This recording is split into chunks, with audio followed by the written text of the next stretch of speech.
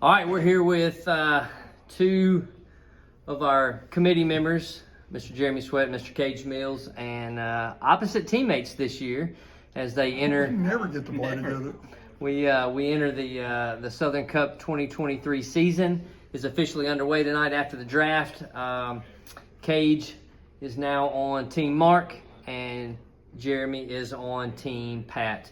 I would love just, Cage, if you'll lead us off, tell us a little bit about what you thought about the draft just as a whole, and what you felt like it ended up being like. I feel like it was really back and forth. Both captains, whether they put a lot of planning into it or not, I feel like they both did a good job keeping. They kind of mirrored each other, so it wasn't like somebody jumped all up top or all down low. So I feel like as far as the handicaps go, it's pretty close. So. Jeremy, tell me your feeling on the order and how Mark and Pat went about picking each individual person. Well, about midway, I thought Mark was just going to go in alphabetical order because you got Aaron, then Cage, and Chase, Hurt, and then Kelly, but then the Fleming threw it off. So it would have been Weston down later. So if you're going alphabetically, you messed up, Mark. Pat, on the other hand, I'm telling y'all, we've got to start drug testing people. For him to pick Gary and Kurt first. Is that because of Gary and Kurt needing to be drug tested, or because Pat needed to be drug tested? I spent all last year telling them, browbeating them how ugly their shirts were and saying how fat they looked. Now I've got to take all that back. They're teammates now. So I've got to build them up this year.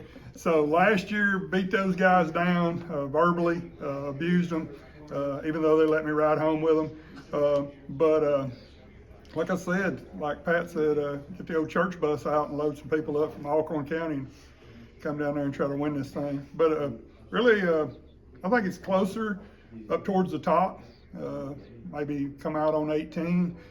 I think we've got a little bit of advantage when it comes to the handicap for the lower tier.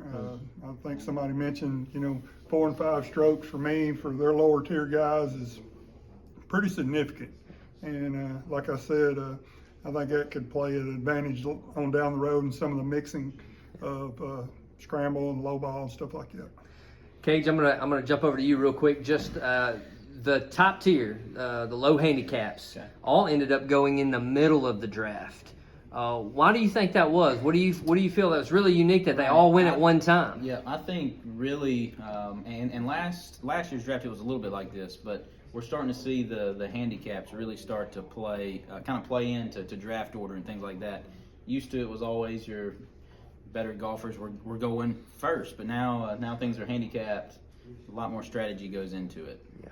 Jeremy, you were talking about handicaps just a minute ago. Where do you see the advantage for either team with certain individuals and handicaps? Well, just like I said, I think like your middle of the road guys, like the 8s and the 7s and 9s, those could go either way, all the way down to 18. But I think when you get in those higher handicap guys, I think that's an advantage, especially on Sunday, when you're matching up head to head against people. The other ones, like I was sharing a while ago, Caleb Snow could play Cook and Aaron, and it come down to 18. And if you'll notice, I did draw a heart by Cage's name because he didn't get picked first again this year. And so I give him some love there. I just want everybody to know, so there's a heart above his name. All right, Cage. Cage, we look across the board and we see the other team and what they have to offer. Tell me, just by looking at that list, some guys on the other team that you go, man, they may pair up well together. That may be somebody we need to watch out for from our team and to be cautious about. Who would you say on the other team would be somebody you'd be worried about? Yeah, the guy sitting right here would be number 1 with a 20. The trade deadline's not over yet, so I'm hoping we might have a shot at a couple of those guys. So I'm not gonna throw any names out there, but I definitely see some guys that are gonna be tough matchups. Mm-hmm. Jeremy, how about you? You look at the other side of the board. Where do you see it being tough for Team Pat as they enter on Friday of the Southern Cup? I think any of those guys that's 11 up, you pair any of those two guys, they can get around the course good together. Most of those guys, even Aaron, you know, he's new last year, played a couple times, but I mean, he matches up with any of those top. No offense to the people with higher handicaps, but I mean, any of those guys can get around the course. And like I said, I really think it's going to be some good matches, closer matches.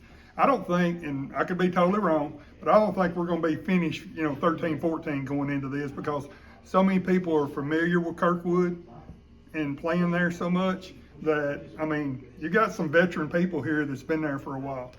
Yeah, well, let me finish with this last question. You've got obviously 3 team rounds that you'll play and 1 individual round. Jeremy, I'm going to start with you, but if you were to say, hey, there's 1 round in particular I'd love to be playing with this teammate in this particular situation or this particular format, what position, what format, what player and teammate would you like to be playing with? I would say I'd say low ball, probably Kirk, just because I can caddy him a little bit, help him out. Hold his hand a little bit. Well, no, I mean, I actually caddy. I mean, I clean clubs. It's full service. It's full service. And probably play first round with him.